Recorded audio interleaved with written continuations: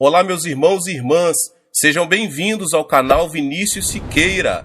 E se você ainda não é inscrito aqui no canal, se inscreva aqui no canal e não esqueça de ativar o sininho das notificações. Todos os dias são postados vídeos abençoados aqui no canal, para te abençoar. Vamos a mais uma palavra do Senhor. Pelo modo como Deus nos criou, estamos sempre querendo saber a razão das coisas, ou qual o benefício que nos trarão, para que nos sintamos motivados a realizá-las. E embora talvez não gostemos disso, não é fácil mudar essa nossa maneira de ser. Se tivéssemos percepção dos benefícios que a oração pode trazer, estaríamos orando muito. O incentivo opera com base no desejo.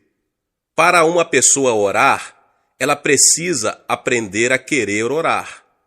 Para chegarmos a orar de forma como a Bíblia determina que oremos, temos que cultivar um grande desejo de orar. E como se pode cultivar um forte desejo de orar? É a pergunta nessa noite, meus irmãos e irmãs. Precisamos enxergar claramente os benefícios temporais e eternos da oração. Examinando a palavra de Deus, a Bíblia Sagrada, encontramos orações poderosas. Vemos Moisés no seu ministério, um homem que tinha grande poder em oração e possuía uma forte autoridade para falar não somente aos inimigos de Deus, mas também ao povo dele. Foi pela oração dele que o Egito foi assolado por pragas. Pela sua oração, o Mar Vermelho se abriu diante de Israel. E como ele conseguiu esse poder na oração? Ele simplesmente cultivou uma vida de oração.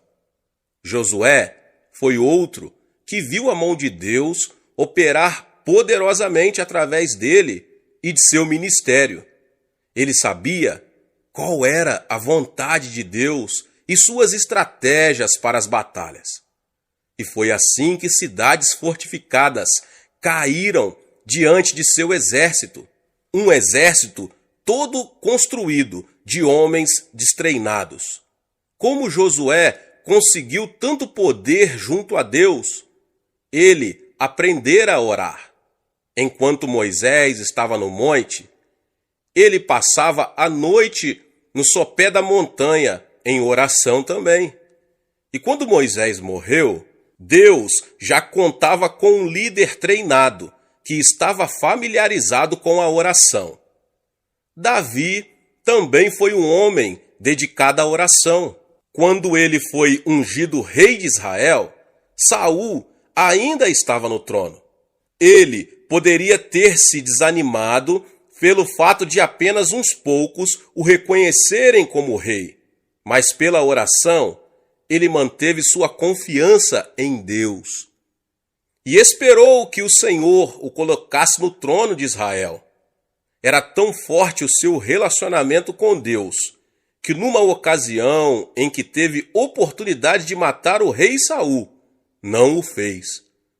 Após a morte deste, seu primeiro ato como rei foi trazer de volta a Arca da Aliança para o seu lugar de direito, no centro de cultos de país.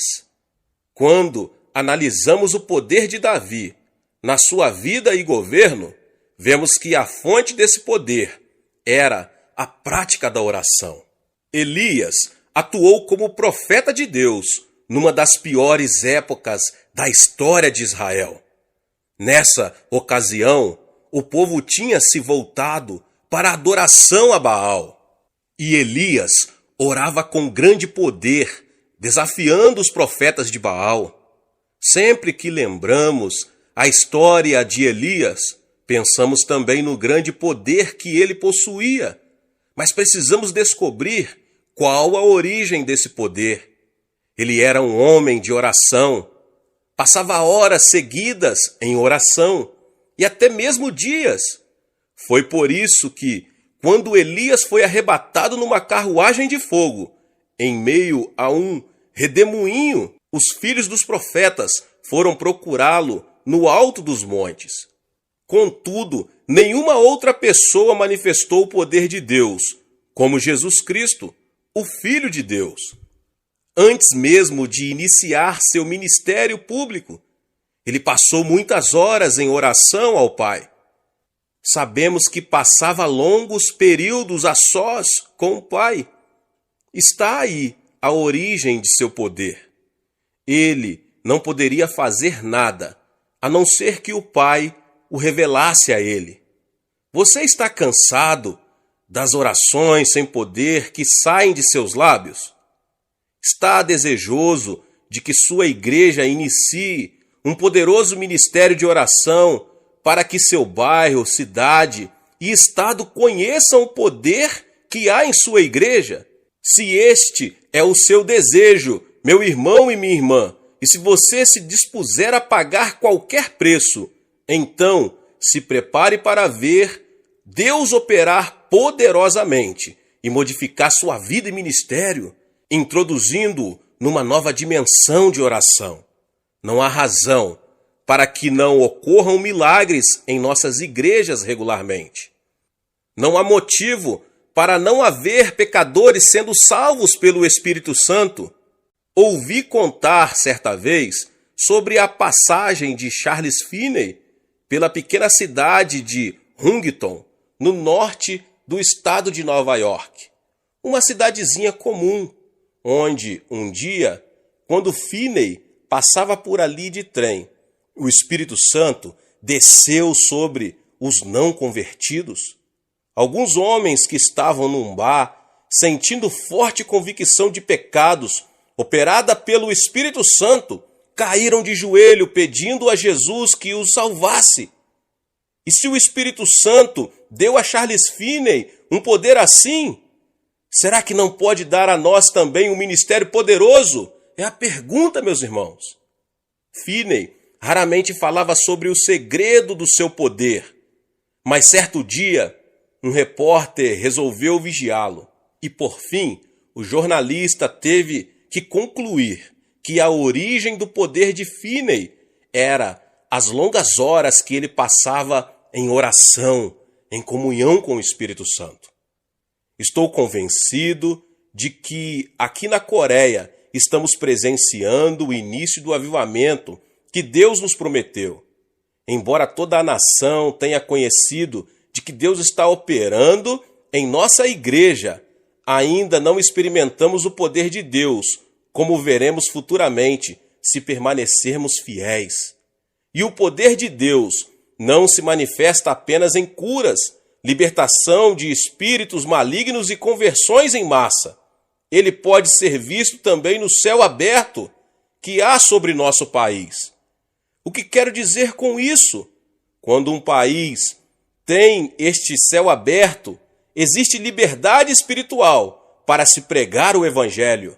O nível da fé é bastante elevado e não encontramos uma oposição maligna muito forte. Meus irmãos, em alguns países é difícil pregar porque existe muita oposição maligna. As forças satânicas que se opõem ao Evangelho são muito fortes e não há muita fé. Isso cria dificuldades para nós que ministramos a palavra de Deus.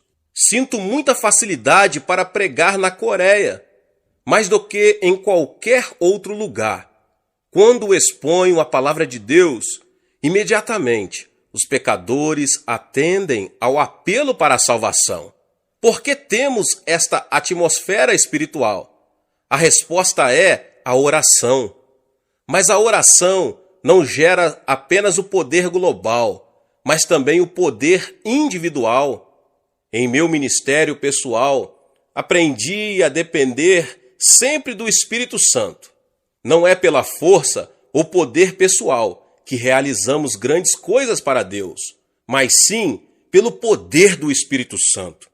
E na medida em que ia aprendendo a caminhar, sempre na dependência do Espírito Santo, via o poder de Deus. Como eu poderia pastorear uma igreja de quase 400 mil membros e ainda fazer viagens a diversos lugares do mundo? quase que mensalmente, realizando conferências sobre o desenvolvimento da igreja? Como poderia ter tempo para um programa de televisão que vai ao ar em 3 continentes? A resposta é o poder que me vem do Espírito Santo, já que dediquei minha vida à oração. Constantemente, as pessoas vêm ao meu gabinete para que orarmos por elas. Tenho visto aleijados caminharem, cegos enxergarem e paralíticos saltarem de sua cadeira de rodas pelo poder de Deus. Será que tenho alguma coisa de especial? Como eu já disse, Deus não tem filhos prediletos. Todos nós podemos ter poder através da oração, se nos dispusermos a pagar o preço. Mas precisamos mudar de atitude se quisermos ter esse tipo de poder espiritual. No Evangelho de Mateus, Jesus faz uma declaração revolucionária com relação à atitude necessária para se gerar poder espiritual. Algumas pessoas foram falar com ele a respeito de João Batista depois que este fora preso. Jesus falou da posição peculiar de João em seu reino quando disse: "Em verdade vos digo, entre os nascidos de mulher, ninguém apareceu maior do que João Batista, mas o menor no reino dos céus é maior do que ele." Como um filho de Deus que pertence ao reino dos céus pode transformar-se maior que João Batista? No verso seguinte, ele revela qual deve ser a atitude certa para se cultivar poder espiritual. Desde os dias de João Batista até agora, o reino dos céus é tomado por esforço, e os que se esforçam se apoderam dele. Mateus 11, 12. É preciso esforço, instância na oração, para que se tenha o poder de Deus. Essa instância se evidenciará na disciplina, pois obter poder pela oração é coisa que exige tempo. Por isso, temos que estabelecer prioridades no uso de nosso tempo. As coisas como se aglomeram ao nosso redor, impedindo-nos de dedicar à oração o tempo necessário para o cultivo do poder espiritual. Mas, se tivermos a atitude certa, pela graça de Deus, poderemos obter esse prêmio: orar com poder. Deus abençoe a vida de cada um dos irmãos que ouviram essa palavra. Se você ainda não é inscrito no canal, se inscreva no canal, ative o sininho das notificações para você não perder os vídeos que são postados aqui no canal todos os dias. Deixe o seu like e não esqueça de compartilhar com as pessoas que você mais ama. Nos vemos nos próximos vídeos. Amém.